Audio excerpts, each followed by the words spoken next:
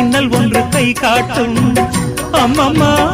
என்னைத்தான் ஆசைகளில் நீராட்டும் எனக்கும் உனக்கும் இருக்கும் நெருக்கம் இளமை தொடங்கி முதுமை வரைக்கும் இரவும் பகலும் உறவை வளர்க்கும் இடையில் இருக்கும் தடையை தகர்க்கும்